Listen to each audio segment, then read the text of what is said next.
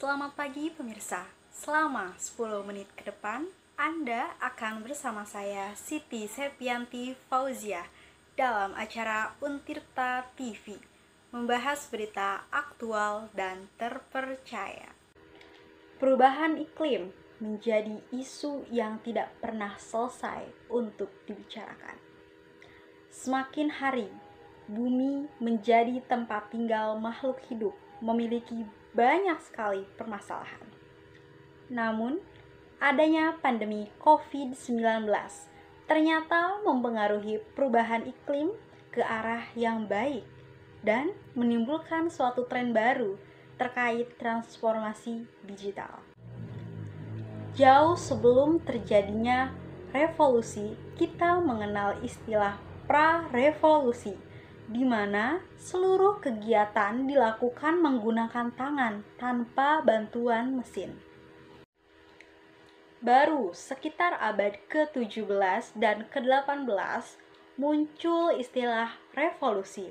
Yang pertama yaitu revolusi industri 1.0, di mana mulai hadirnya pabrik-pabrik dan tenaga uap oleh para ilmuwan. Selanjutnya, revolusi industri 2.0, sekitar pertengahan abad 18, adanya pemanfaatan tenaga listrik dan hadirnya produksi mobil. Selanjutnya, revolusi 3.0 sejak tahun 1960, di mana adanya ledakan digital, yaitu informasi digital, komputer, dan smartphone. Selanjutnya, yaitu revolusi industri 4.0, yang dimana sampai saat ini merupakan salah satu pelaksanaan proyeksi teknologi modern Jerman tahun 2020 yang diimplementasikan melalui pemanfaatan teknologi manufaktur, penciptaan kerangka kebijakan yang strategis, dan lain sebagainya. Ditandai dengan adanya kehadiran robot dan alat-alat teknologi canggih lainnya.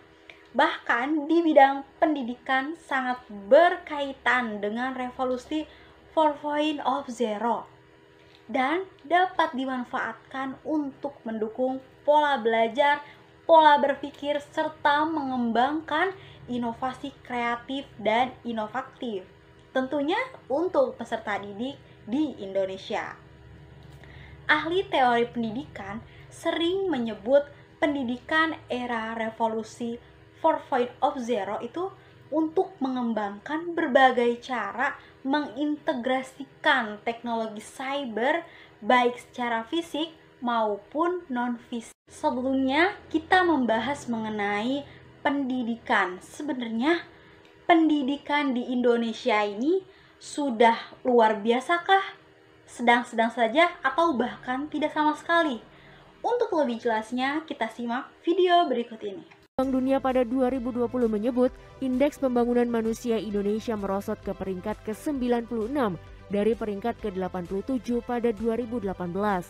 Bahkan berdasarkan data UNDP pada 2020, Indeks Pembangunan Manusia Indonesia berada di peringkat ke-107.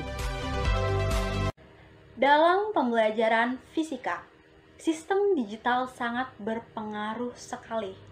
Adanya pandemi COVID-19 yang mempengaruhi sistem pembelajaran yang dilaksanakan membuat mahasiswa-mahasiswi peserta didik mengalami kesusahan dalam melaksanakan pembelajaran. Bagaimana sih menurut mereka? Apakah sistem pembelajaran daring cocok dilakukan untuk mahasiswa-mahasiswi peserta didik dengan mengandalkan teknologi yang ada, serta media PowerPoint, video pembelajaran, dan lain sebagainya? Untuk itu kita saksikan video berikut ini. Berdasarkan laman metrotempo.co tentang dampak negatif dan positif yang ditimbulkan dari pembelajaran jarak jauh selama adanya wabah, para siswa harus mengikuti pembelajaran jarak jauh sejak 16 Maret 2020 karena wabah tersebut. Ada 3 dampak negatif terhadap peserta didik, yaitu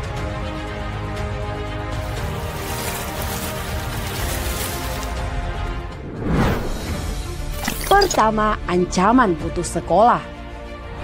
Bagi orang tua siswa yang memiliki pendapatan ekonomi sangat rendah, maka berisiko terhadap anak mereka untuk putus sekolah demi membantu perekonomian keluarga.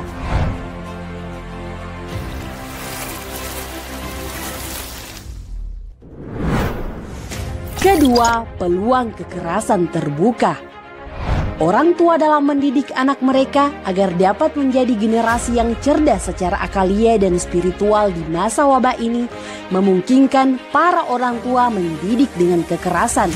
Sebab sebagian orang tua tidak memiliki kemampuan mendidik yang sama dengan guru, sehingga ada orang tua stres, kemudian marah, mencaci maki, memukul, dan bahkan membunuh anaknya. Karena itu, tanpa sekolah, anak berpotensi menjadi korban kekerasan dalam rumah tangga yang tidak terdeteksi oleh pendidik.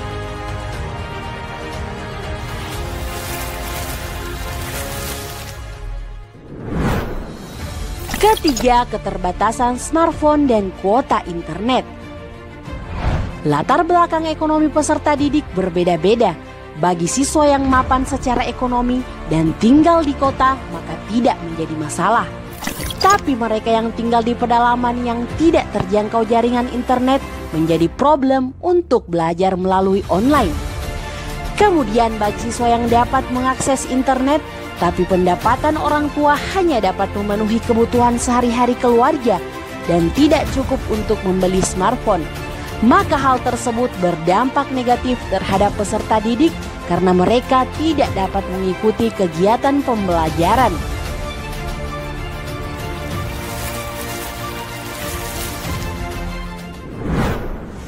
Selanjutnya, dampak positif pembelajaran jarak jauh. Pertama, anak memiliki banyak waktu di rumah bersama keluarga. Hal itu sangat baik untuk membangun kedekatan psikologis anak dengan orang tua. Orang tua dapat memahami perkembangan karakter anak. Karena itu, belajar melalui daring dapat membangun komunikasi keluarga yang berdampak baik terhadap kepribadian anak.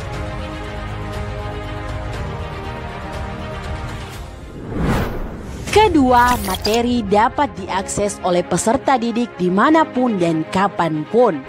Melalui pembelajaran daring, para siswa dapat membuka materi dengan mudah sebab didukung oleh teknologi smartphone.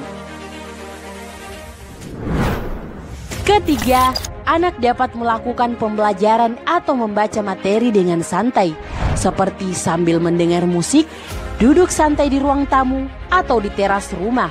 Belajar dengan melakukan kegiatan santai dapat membuat rileks dalam belajar dan juga mengurangi kejenuhan sehingga materi pembelajaran dapat mudah dimengerti.